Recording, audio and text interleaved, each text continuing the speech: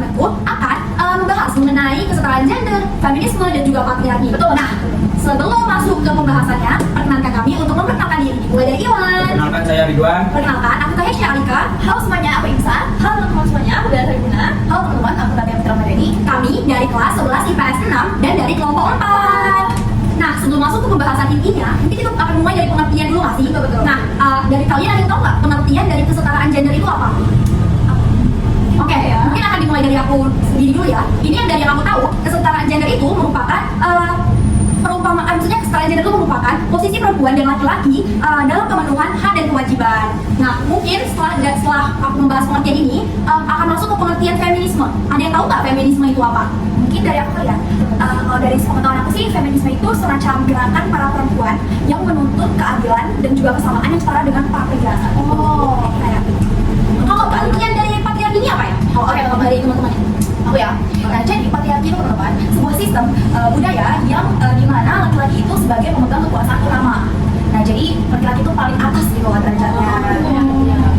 Nah, mungkin kita akan masuk ke faktor-faktor yang melatar belakangi adanya patriarki di Indonesia. Itu kan jadi turun-menurun gitu ya? Betul sih, dari zaman dulu. Iya. Faktornya itu apa gitu? Mungkin dari kalian ada yang bisa menjelaskan faktor-faktornya? Oh, Bella, dipersilakan. Yang setahu aku itu yang pertama itu ada marginalisasi. Itu tuh kayak perekonomian gitu loh. Nah, itu contohnya ya, petani-petani di desa yang menganggap mereka itu paling rendah gitu loh. Dari berbagai aspek, misalnya contohnya dari aspek gaji ya. Jadi itu berimbas kepada bahwa kaum laki-laki itu menganggap mereka itu paling rendah gitu loh, teman-teman semuanya. Nah, mungkin ada faktor-faktor lain. Nah, yang dari yang aku tahu ya, ada yang faktor yang kedua yaitu ada suborganisasi. Itu di mana laki-laki menganggap laki-laki itu menomor duakan perempuan. Nah, dari perspektif lo sendiri. Ya, kalau menurut aku salah ya. Salah kan kebetulan. Ya, nomor Perempuan. Menomor duakan Ya, perempuan. Nah, kita akan mulai bahas lagi ya. Teman-teman ada yang tahu nggak keterkaitan dari ketiga hal tersebut? Mungkin dari kesetaraan gender, feminisme, dan juga patriarki. Tahu? Mungkin kalau dari pengetahuan aku juga lebih ke kayak feminisme ini atau gerakan perempuan ini tuh mereka tuh lebih ke melawan yang adanya patriarki. Mereka melawan adanya patriarki ini untuk menuntut yang namanya kesetaraan gender tadi. Itu sih. Oh, berarti tujuan dari adanya feminisme itu adalah untuk melawan patriarki. Jadi tujuannya untuk adanya kesetaraan antara kedua belah pihak, yaitu perempuan maupun juga laki-laki. Itu banyak sama gitu ya.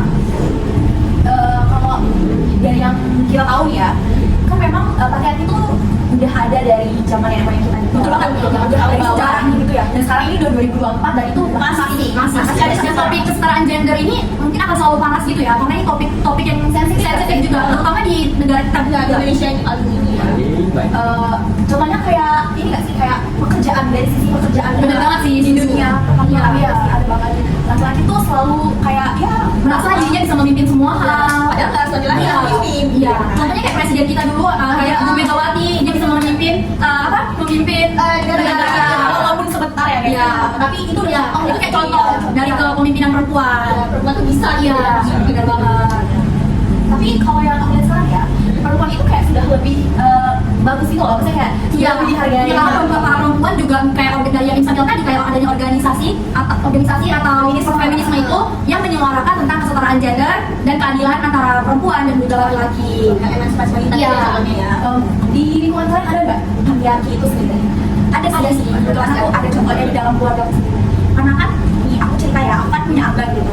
Kayak semacam aku yang sebagai adiknya itu lebih disuruh menyiapkan abangku gitu loh, kayak buatin abangku sesuatu lah, atau kayak belajar nyapu. Aku tuh isinya hal basic kan, tapi entah kenapa kalau di rumah itu rasanya kayak abangku tuh gak megang pekerjaan itu juga, padahal kan itu harus kita kerja sama bareng-bareng gitu kan. Tapi itu kayak lebih ditekankan kepada anak yang perempuannya itu, sedangkan anak laki-lakinya itu ya udah sampai aja di rumah. Ya, aku juga merasakan hal itu sih, karena aku punya adik dan dia juga suka dilayani, dan laki-laki itu kayak lebih suka untuk dilayani gitu nggak sih?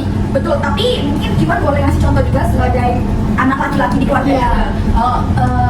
Kau termasuk ini gak gitu yang patriarki gak? Atau mengambil peran ya? Masa lo tuh gak bisa gitu loh mengambil peran seorang perempuan gitu. Contoh kayak basicnya di rumah.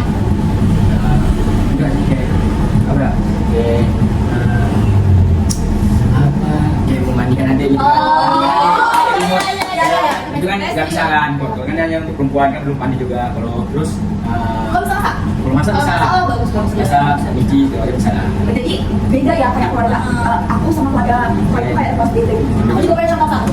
Contohnya nggak usah jauh-jauh teman. Kita bisa lihat di lingkungan sekolah. Bener banget di sih. kelas sih. Di kelas tuh kita bisa lihat laki-laki. Contohnya pengen kelas ya.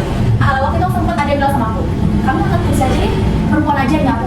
Wow, serius ada yang ngomong gitu? Siapa itu? Standar ganda banget sih. Iya, Perempuan aja yang nyapu kan itu udah kebiasaannya dia. Jadi yang kayak Terus marah dong, maksudnya kayak kenapa harus perempuan gitu kan? Lagi dia bisa, kenapa nggak dia lakuin?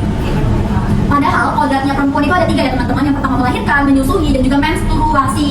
Yang tiga kodratnya. Jadi lebih dari itu tuh laki-laki juga bisa lakuin. Iya. Karena itu kayak basic skill untuk kita survive di dunia ini juga, kayak masak dan lain-lain. Jadi jangan memaksakan segala sesuatu selagi kita bisa mengerjakannya bersama-sama. Ya, kita harus compromise satu sama lain. Yuk. Ya apa lagi nih? Yang lagi? Apa lagi yang mau dibahas? Aku sih lebih pengen dengar banyak dari Iwan sih. Ya, karena ini kayak perspektif dari laki. Iya betul. Coba dong Iwan, boleh? Kalau aku sih Gak apa-apa, kita kan angel aja. kayak menceritakan kayak kepribadian dia di rumah atau di sekolah. Iya.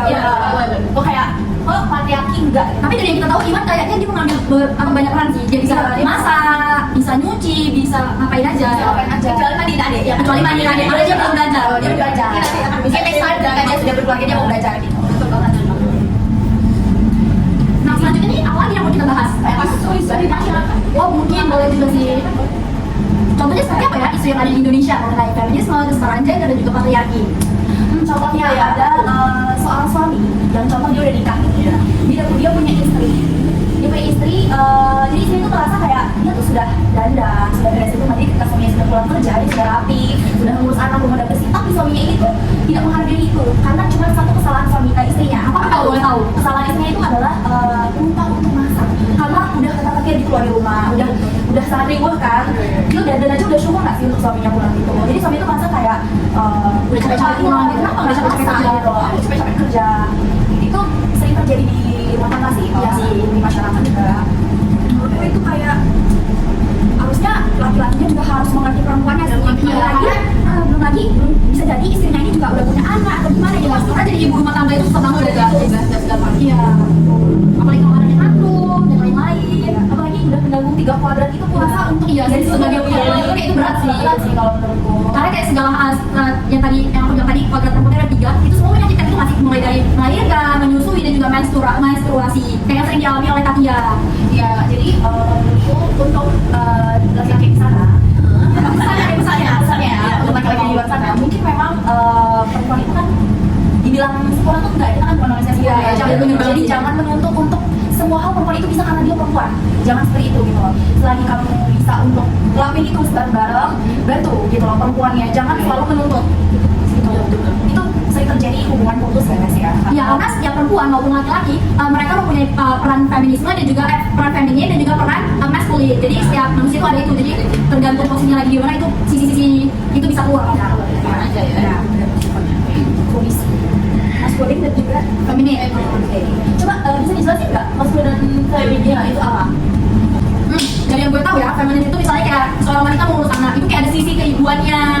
Kalau misalnya maskulin itu mungkin seperti apa ya? Itu biasanya lebih dominan laki-laki sih. Iya. Atribut apa ya kalau gue tahu? Atribut apa? Ribut. Pelan-pelan aja ya. Terus terburu-buru. Sejumlah atribut perilaku dan peran terkait dengan yang laki-laki dan pria dewasa. Oh, ya, itu kayak peran juga Ya. maskulin dan feminin. Ya itu lebih ke peran-peran gitu sih. Dan bisa jadi aja seorang cowok itu memiliki sisi yang feminin. Bisa. Jadi perempuan bisa jadi maskulin, laki-laki juga bisa menjadi Iya, karena itu udah. Ya kalau Iwan sendiri, Kalau sisi feminin itu apa Iwan? Mungkin bisa melakukan apa itu masak.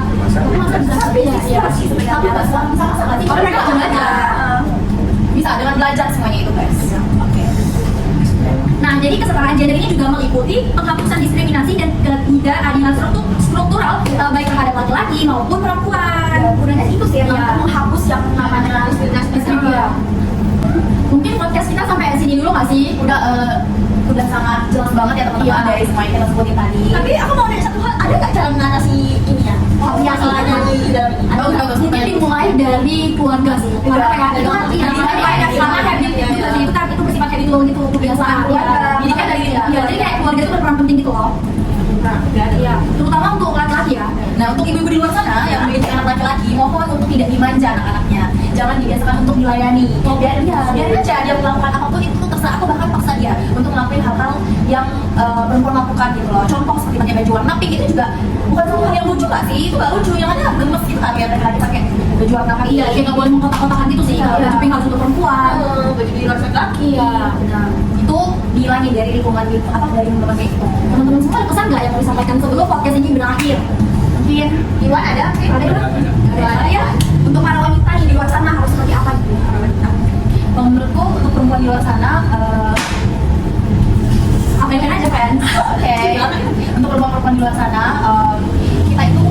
kita bisa ngelakuin segala hal bahkan kerjaan nanti sekalipun, dan jangan mau diinjak-injak pertama. Makanya tingkatin terus value kalian supaya kalian dapat yang setara dan yang tidak mengenal patriarki gitu. Setuju banget sih sama dia. Lain ada yang lain? Mungkin untuk seluruh teman-teman maupun perempuan atau maupun pria atau laki-laki, hidup itu bukanlah persaingan antara wanita dan laki-laki, melainkan hidup itu adalah sebuah kolaborasi antara perempuan dan laki-laki. Itulah mengapa kita harus menjunjung tinggi yang namanya kesetaraan gender. Harus. Oh ya, aku ada hal yang mau aku sampaikan. Patriarchy is not man, but patriarchy is a system. Jadi patriarchy itu merupakan sistem, guys. Bukan dari laki-laki ya. Itu merupakan sistem yang seperti yang tadi kita udah omongin, berasal dari keluarga, faktornya dan banyak hal. Kita sampai sini dulu nggak sih? Bisa sampai sini dulu kayak udah jelas semua kali ya. Semoga kalian enjoy. Semoga bermanfaat juga buat teman-teman di luar sana. Bisa menjadi pelajaran juga buat teman-teman yang laki-laki maupun perempuan.